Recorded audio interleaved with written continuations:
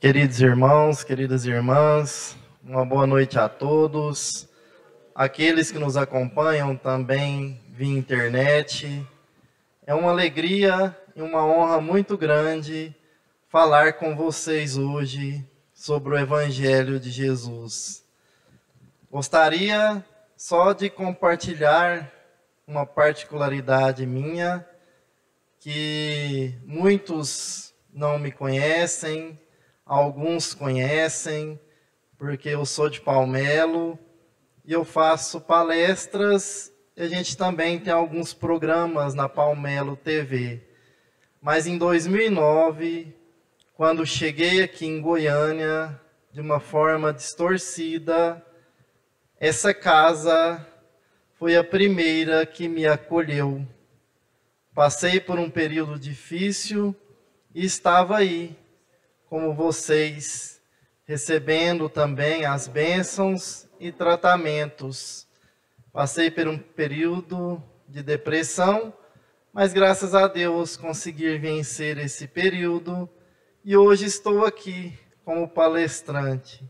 Gostaria de agradecer o Valdemir, a direção da casa, Sérgio e a todos por esta oportunidade. Se não me falha a memória, depois desse período difícil, já é o 8º centro que eu faço palestra em Goiânia. Então, graças a Deus, consegui vencer a dificuldade.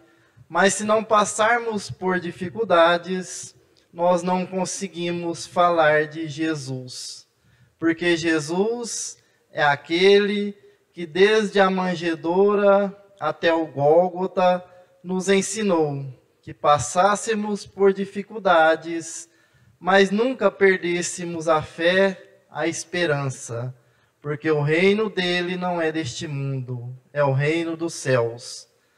E este assunto, ponto de honra, ao qual o Espírito de verdade nos traz no Evangelho segundo o Espiritismo, para compreendermos, nós temos que retornarmos um pouco na antiguidade, porque a nossa casa, que é a terra, que Deus preparou para todos nós, ela começou como planeta primitivo e passou de primitivo para provas e expiações.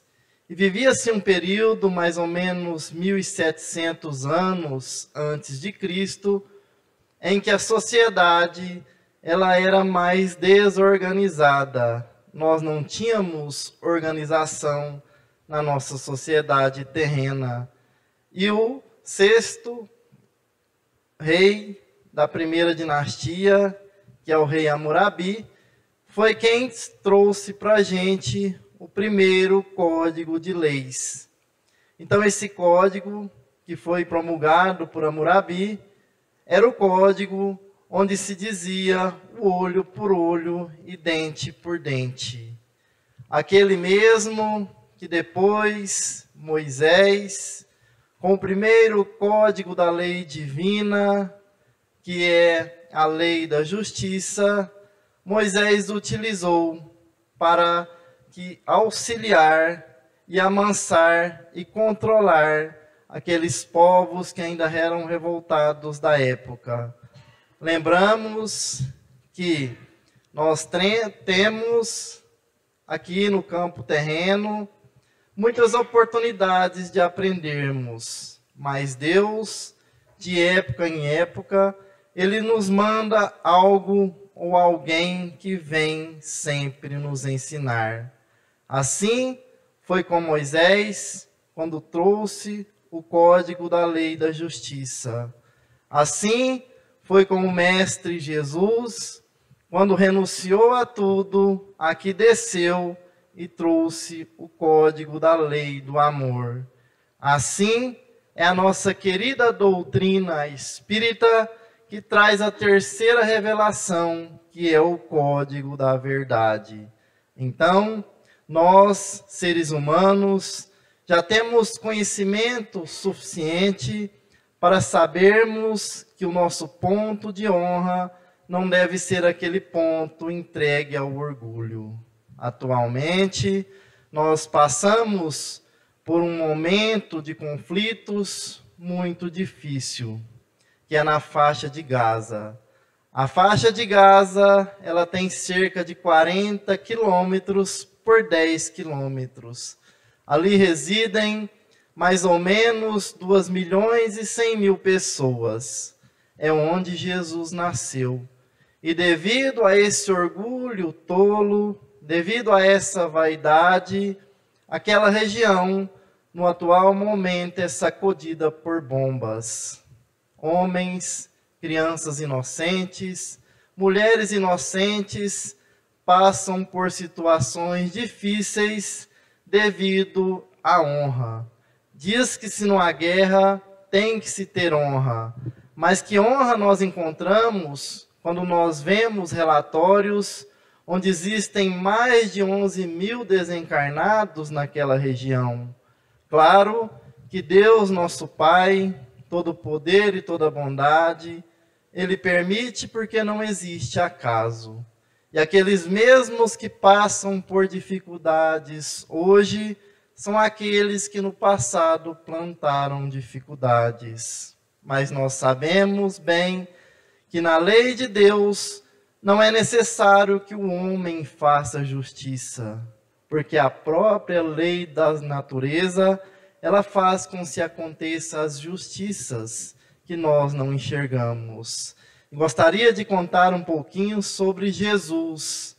Vocês vão ver que no decorrer da palestra, eu sempre recorro às histórias de Jesus. Porque Jesus, na casa do caminho, junto com Pedro e os apóstolos, Jesus gostava de contar as histórias. E Jesus ensinava através dessas lições. E certa feita, Pedro, ele chega desorientado, Pedro chega um pouco perturbado na casa do caminho, Pedro chega ali triste porque tinha sido atacado pelos seus parentes, um tio e um sobrinho. E Jesus, sereno que era, diz a Pedro o que tinha acontecido. E Pedro diz que havia discutido com seu tio, porque seu tio dizia que ele, Pedro, acabava com os bens da família. E o seu sobrinho queria bater até em Pedro. E Pedro diz a Jesus que levantou e colocou cada um no seu devido lugar. Falou para o tio o que ele era, falou para o sobrinho com energia e colocou o sobrinho no seu lugar. E Jesus, sereno, olha para Pedro e diz a Pedro: Pedro, qual é o maior mandamento no reino de Deus? E Pedro diz a Jesus: amar a Deus sobre todas as coisas e ao próximo como a si mesmo. Pedro, o carpinteiro, para que ele faça com que a madeira ela tome forma, o que ele utiliza? E Pedro diz: ele utiliza as ferramentas, mestre. E Jesus olha para Pedro e diz: o carpinteiro utiliza a ferramenta externa. Aqueles que Deus colocou ao nosso lado são as ferramentas necessárias para que seja trabalhado o nosso orgulho, o nosso egoísmo, a nossa vaidade.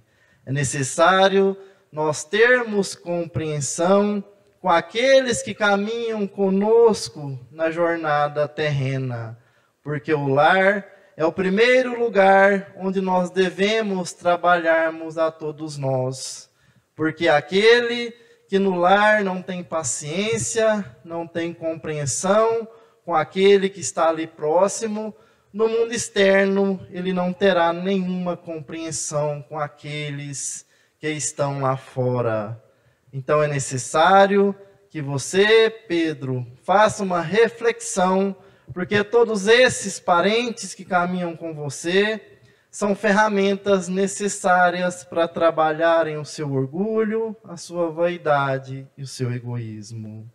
Certa feita também, Jesus e Pedro, eu gosto de falar de Pedro, porque Pedro é a representação de todos nós. Nós achamos que Pedro é santo, São Pedro. Sim, ele é São Pedro.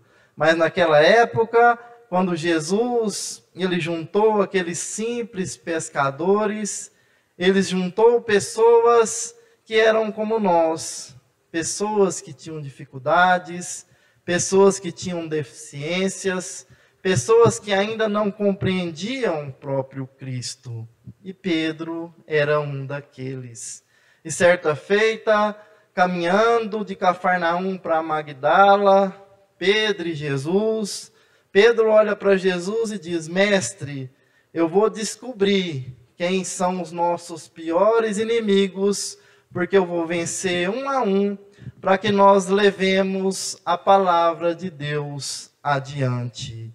E Jesus diz a Pedro: Pedro, a experiência e o tempo é que nos revela melhor as coisas. E Pedro, agoniado que era, diz a Jesus: Mas, mestre, a experiência demora demais. E Jesus novamente diz a Pedro: Pedro, quando nós olhamos com os olhos do Espírito e ouvimos com os ouvidos da alma, é necessário apenas 1 hora para que nós recebamos lições necessárias do nosso Criador, lições importantes.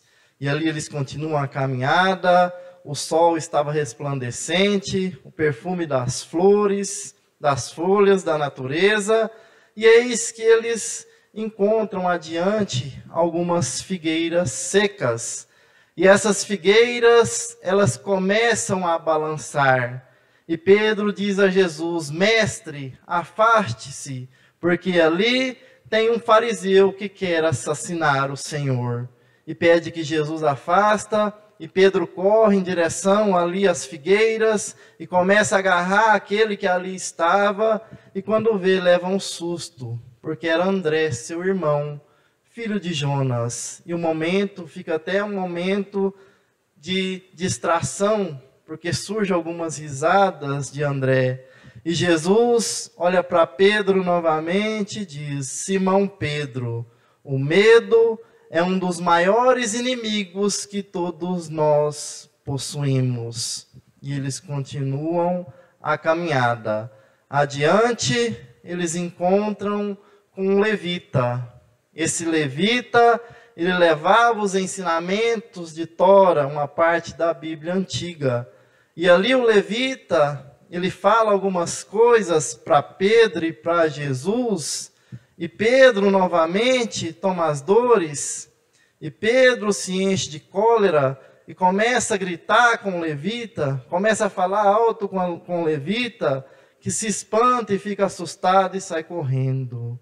E Jesus olha para Pedro e diz: Pedro, qual é o mandamento daquele que se candidata ao reino dos céus? E Pedro novamente diz: amar a Deus sobre todas as coisas e ao próximo como a si mesmo. E Jesus disse: nesse diálogo, você não fez nada disso, Pedro. Então a cólera também é um dos maiores inimigos que todos nós, seres humanos, possuímos no coração. Eles continuam a caminhada e ali eles encontram um senhor grego, judeu, chamado Teófrastro. Teófrastro era um vendedor de perfumes. E Teófrastro fala sobre Zeconias. Zeconias era um leproso que Jesus havia curado e que falava de Jesus em Jerusalém. E mais uma vez, Pedro, ele toma as dores de Jesus e fala que Zeconias era um ingrato, que Zeconias não deveria fazer aquilo porque Jesus havia o curado. E Jesus, sereno, diz a Pedro: Pedro, quantas vezes nós devemos perdoar os nossos irmãos? E Pedro diz: não 7 vezes, mas 70 vezes 7 vezes. Pedro, a dureza do coração também é um dos maiores inimigos que todos nós possuímos. Eles continuam a caminhada, uma Magdala, eles encontram Rufo-Gracos. Rufo-Gracos era um romano semi-paralítico que andava em cima daquelas coisas que têm seus escravos, que levam aquelas camas elevadas, e Rufo Gracchus olha de uma forma assim distorcida também para Pedro e para Jesus e continua a caminhada. E Pedro olha para Jesus e diz: eu não acredito que o Senhor ia curar aquele paralítico romano. E Jesus diz a Pedro: Pedro, também não devemos deixar com que a vaidade tome o nosso coração, porque Deus não espalha maldade, Deus não espalha violência para os nossos irmãos. Então, a vaidade também é um inimigo terrível para os nossos corações. Continua a caminhada, ali eles encontram um jovem que havia abandonado o Império Romano, e ali eles conversavam sobre o imperador da época, que era Tibério César, que não concordavam com o que Tibério fazia. E Pedro entra naquela reunião e começa a falar também de Tibério, começa a falar sobre as coisas que o Império Romano fazia. E quando termina a conversa, Jesus chama Pedro e diz: Pedro, por acaso algum tempo estiveste em Roma com Tibério César? E Pedro diz: não, Senhor. Porque falaste com tanta desenvoltura que parecia que você governava lá junto com César. Pedro, a maledicência também é um dos maiores inimigos que todos nós possuímos no coração. E Jesus diz a Pedro: em apenas uma hora, Deus enviou pessoas que nos mostrou quais são os maiores inimigos que todos nós temos. Porque a maior guerra do ser humano não é contra os outros. A maior guerra do ser humano é consigo mesmo. Nós temos no nosso mundo interior dificuldades a serem vencidas. E o ponto de honra, ele parte do nosso orgulho e do nosso egoísmo. O egoísmo é a fonte de todos os vícios, tanto quanto a caridade, ela é a fonte de todas as virtudes. Mas para que nós enxerguemos isso, é necessário que nós olhemos com os olhos do Espírito e que nós ouvimos com os ouvidos da alma. Porque todos nós ainda temos essas dificuldades morais que existem no nosso coração. São ervas daninhas que nós carregamos e que muitas das vezes, com o olhar apenas do mundo terreno, nós não enxergamos essas ervas daninhas. E Jesus disse a André, um dos seus apóstolos, que todos nós temos a semente do cristianismo dentro do nosso coração, mas nós deixamos com que essas ervas daninhas elas cubram a semente do cristianismo. Lembrando que os patrimônios da terra eles não pertencem aos homens, eles pertencem a Deus, nosso Pai, o nosso Criador. E nós, quando temos algo no mundo terreno, nós achamos que somos superiores aos outros irmãos que caminham conosco. Lembrando que o amor incondicional de Deus, ele é para todos. É para nós que estamos aqui, dentro da comunidade espírita, são para aqueles que estão lá na rua, são para aqueles que estão nos outros lugares, porque todos nós estamos mergulhados nesse amor incondicional. E devemos compreendermos que não somos melhores que ninguém. Aqui não tem ninguém melhor que o outro. Não é pela inteligência, não é pela beleza física, não é pela quantidade, pelo conforto material. Seremos medidos no mundo espiritual, a nossa estatura não é pelo que somos, não é pelo que temos, é pelo que nós sentimos dentro do nosso coração. Porque na balança de Deus podemos termos a certeza que os erros do nosso coração eles pesam muito mais do que os erros do nosso espírito. E acharmos que o ponto de honra no nosso olhar humano é certo, é uma ideia errônea de todos nós. Porque quando nós somos atingidos, Jesus disse: quando te bater na face esquerda, apresenta também a direita, e assim vice-versa. E nós, quando nos chega o teste para testar a nossa paciência, nós deixamos com que o nosso orgulho fale mais alto e nós agimos como Pedro lá atrás. Queremos sermos melhores, queremos levar a honra. E que honra é essa? A honra ensinada pelo Cristo Jesus é a honra da humildade. Jesus, o seu evangelho, foi escrito na simplicidade, desde a manjedoura até lá a cruz no Gólgota. Quando Jesus ele foi crucificado, existia 2 discípulos que a caminho de Emaús é uma comunidade que tem ali próxima a Jerusalém, e esses discípulos andavam e eles comentavam sobre o sofrimento e a crucificação do Cristo, porque eles não concordavam, porque eles achavam que não deveria ter sido daquela forma. E eis que aparece a eles um mendigo, maltrapilho, começa a andar com eles e começa a falar para eles sobre a importância do sofrimento, sobre a importância da crucificação na cruz. E quando eles chegam a Emaús, que eles olham, o mendigo havia desaparecido. Era o próprio Mestre Jesus que havia se materializado, havia descido ali e havia mostrado a importância de nós pagarmos o mal com o bem. Sabemos que nesse mundo de provas e expiações é necessário que ainda esteja o mal para nós valorizarmos o bem. É necessário que esteja a escuridão para nós compreendermos a luz. Nos mundos mais avançados, já não é necessário esses efeitos de contraste, porque como diz Leon Denis, o mal é apenas um efeito de contraste.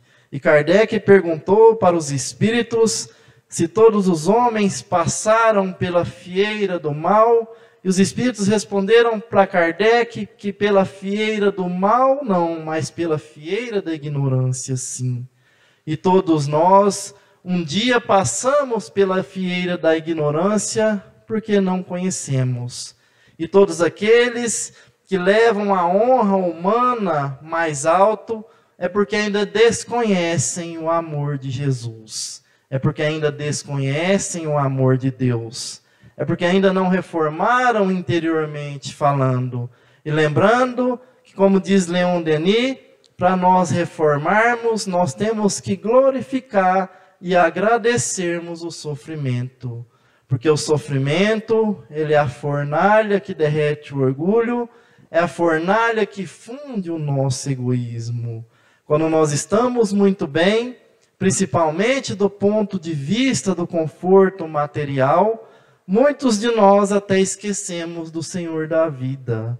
Muitos de nós nem lembramos de Deus. Mas como a Terra, ela viaja na Via Láctea e ela gira no seu movimento de rotação, todos nós, uma hora nós estamos em cima, mas a hora que nós podemos estar embaixo também.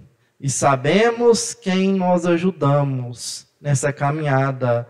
Mas quem sabe quem irá nos ajudar em um momento difícil é Deus. Por isso que nós não devemos julgarmos, por isso que nós não devemos acharmos que somos melhores que os outros, porque não somos perante o Eterno que é Deus. Lembrando que todos nós, em existências anteriores, nós trincamos, nós enferrujamos a nossa consciência. Como diz Joana de Ângeles, todos nós somos uma pedra de diamante. Mas é necessário que nós façamos uma limpeza nessa ferrugem, é necessário que nós trabalhemos para nós soldarmos a nossa consciência trincada. E é só fazendo o caminho de volta, o caminho da dificuldade, o caminho da resignação, o caminho da fé, o caminho da paciência, é que nós conseguimos limparmos toda essa ferrugem, todas essas impurezas e fazermos com que novamente a nossa pedra de diamante brilhe. Voltando mais uma vez para Jesus, certa feita, Jesus estava ali falando com os discípulos e a conversa havia distorcido, e Jesus abre um dos ensinamentos bíblicos e começa a falar. E diz: qual a importância, Simão Pedro? O que mais importa quando o pescador termina sua pesca no dia? E Simão Pedro diz: quando o pescador termina a pesca no dia, ele leva aqueles melhores peixes para vender na mercearia. E o oleiro, Pedro? O que faz o oleiro com o barro? Ah, mestre, o oleiro dá forma no barro. E o carpinteiro? O que faz com a madeira? O carpinteiro trabalha a madeira até ela tomar forma, até ela se tornar uma peça importante para as pessoas. Então, Pedro, a maior ferramenta que todos nós temos, mais uma vez, é o lar. O nosso lar é o local onde nós seremos trabalhados. A nossa mesa, que recebe o nosso pão diário, é que também recebe o pão da alma. Porque da mesma forma que Deus nos dá o pão do dia a dia, Ele também nos fornece luz. E a nossa mesa, ela se torna um lugar sagrado, onde nós devemos elevarmos o nosso pensamento ao Criador e sempre agradecer. Ali, Jesus fez uma oração, e se tem notícia na história que foi o primeiro culto do lar feito pelo Mestre Jesus. Então, essas histórias que Jesus nos traz, porque Jesus, ele nos ensinava não somente por parábolas, cada minuto, cada hora, cada dia ao lado de Jesus, aqueles que tiveram a oportunidade aprenderam demais. E Jesus disse que era necessário que ele fosse, lá em João 15:16, não me falha a memória, para que o Consolador prometido viesse. E o Consolador prometido, como disse, é a terceira revelação. É aquela que vem nos ensinar a verdade. É aquela que vem nos mostrar que a verdadeira vida, como diz São Francisco na oração, que é morrendo que se vive para a vida eterna, não é essa vida material. Porque essa vida material, ela é transitória. Muitos acham que a terra, ela é uma estação do prazer. Mas a terra, ela não é uma estação do prazer. A terra, ela é uma escola abençoada, em que todos nós, espíritos errantes, estamos matriculados. Estamos matriculados na faculdade do cristianismo. O diploma de maioridade espiritual, ele só virá quando nós conseguirmos canalizarmos as energias sublimes que nós temos no tabernáculo da nossa alma, que se chama coração. Que para nós podermos entrarmos em sintonia com o mundo espiritual, para nós podermos recebermos o conforto espiritual, é necessário que nós estejamos com os corações limpos. Porque o conforto espiritual, podemos termos a certeza que ele é para todos nós. Mais um exemplo simples, como os raios solares. Os raios solares também estão à disposição de todos nós. Mas se nós pegamos um cofre, trancamos ele com a chave, colocamos lá no pátio, lá na rua, a luz solar, os raios solares não adentrarão o interior do cofre. Assim é o nosso coração. O conforto espiritual, ele irá adentrar o nosso coração somente se nós destravarmos, destrancarmos o coração e deixarmos com que ele floresça. Que nós abramos as comportas do nosso coração. E mais uma vez, a nossa vaidade, o nosso orgulho, o nosso tolo egoísmo, ele tranca o nosso coração como um cofre. E aí nós não temos condições de recebermos o conforto espiritual. Lembrando que todos nós somos herdeiros da coroa celeste. E a nossa fé é a nossa coroa de luz. No campo terreno, é o homem que conduz o próprio homem. Façamos um exemplo. Nós temos as estrelas, nós temos os planetas que giram em torno das estrelas. O sistema solar é um, ao qual 8 planetas giram em torno do Sol. O Sol gira em torno de uma estrela maior. E cada estrela vai liberando a radiação, vai iluminando as outras estrelas. E nós, aqui no campo terreno, não somos diferentes. Nossa radiação, ela contamina a radiação do outro. E nós vamos entrelaçando uns com os outros. Lembrando que toda união fora do amor verdadeiro, ela é temporária. E aquele que prevalece na guerra, ele sempre está conectado com a ignorância. A ignorância que é a mãe de todas as diferenças sociais que existem. Se nós temos guerra hoje, nós temos que agradecer a ignorância. Porque aqueles que dirigem as grandes potências, o dia que eles estiverem com o Evangelho de Jesus ao lado, teremos a certeza que essas guerras não existirão mais. Porque Jesus, ele não ensinou ninguém a guerrear. Jesus não ensinou a ninguém ter honra na parte material. Jesus nos ensinou que nós devíamos nos humilhar, mas nós sabemos que nós levamos para outro lado. Achamos que tudo que nos acontece é humilhação. Quando achamos assim, é porque o nosso coração ainda está recheado de orgulho. Lembrando, meus irmãos, que somente quando nós chegarmos ao futuro, que Kardec disse que a religião do futuro é a fraternidade. Quando nós alcançarmos esse momento, porque ainda estamos em um momento difícil, se nós abrimos a internet, se nós assistimos os telejornais, nós vemos o quanto o mundo ainda está em processo de elevação transitória.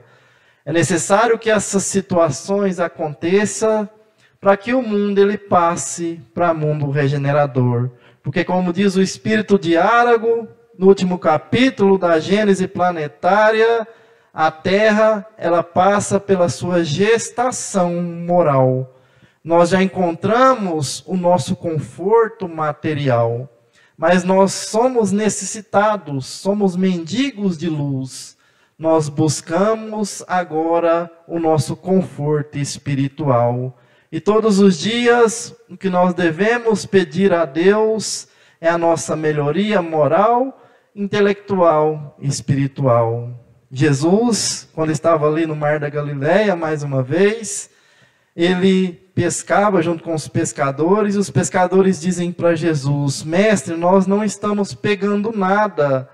E Jesus pede aos pescadores que joguem a rede do lado direito.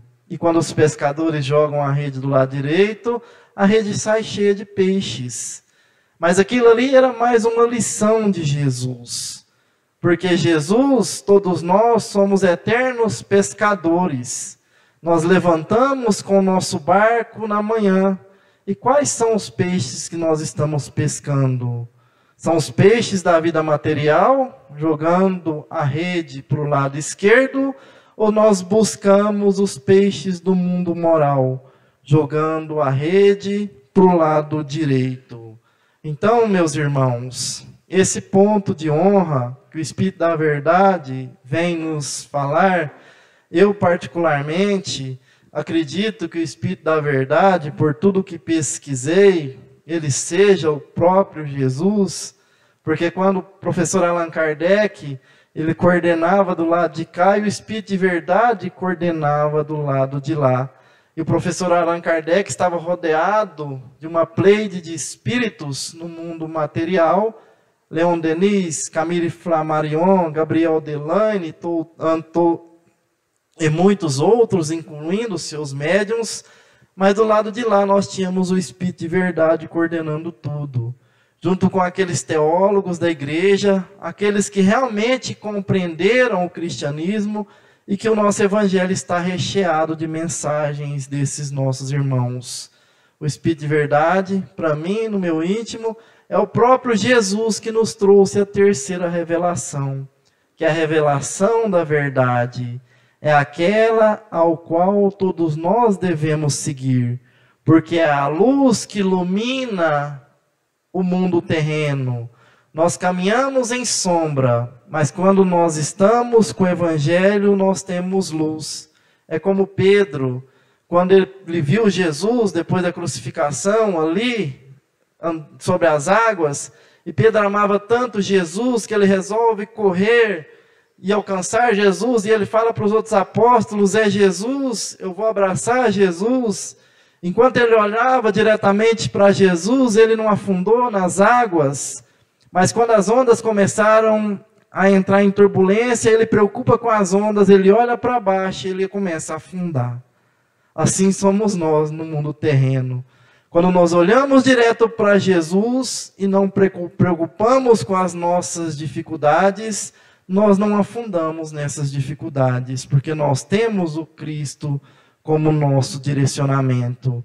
Mas se nós tiramos o olho do Evangelho e preocupamos com aquilo que nos acontece, nós começamos a afundar. Porque todos nós passamos pelo mare magno da vida. O mare magno é as dificuldades, são os problemas, porque a Terra é uma fábrica de enigmas. Resolve-se um enigma aqui, aparece 3, 4, 5 ali. Mas essas lições, elas sempre vêm com ensinamentos ocultos, elas sempre trazem lições que nós não vemos, que nos ensina as virtudes da fé, da paciência, da resignação. E só para terminar, mais uma historinha. Certa feita, um homem, ele dizia que já tinha feito a sua reforma interior, e aí ele pede para Deus que mandasse a ele o que ele fazia, porque ele já achava que já tinha se reformado e precisava de trabalhar na ajuda. Então ele ora a Deus, e aí quando chega mais tarde, ele começa a receber aquilo que Deus enviava a ele.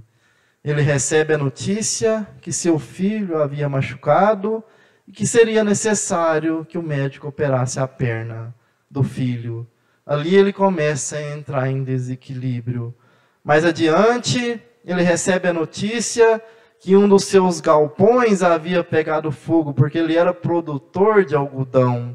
E ali ele começa a entrar em mais desespero ainda. E mais à frente ele recebe a notícia que seu pai havia partido. E aí ele cai em depressão profunda. Aí aqueles testes que foram trazidos para ele não suporta. E aí ele ficou ali tomando medicamentos para depressão e não compreendeu as lições. Porque a perna do seu filho, o médico poderia operar e o seu filho ter a saúde restabelecida. O galpão que havia pegado fogo, Deus poderia dar outros galpões maiores a ele. E o pai que havia desencarnado merecia o descanso do espírito, porque já tinha trabalhado muito. E ele não compreendeu nada daquilo e caiu em depressão por muito e muito tempo. Obrigado pela oportunidade, gente. Que Jesus nos abençoe, hoje, agora e sempre. Muita paz a todos.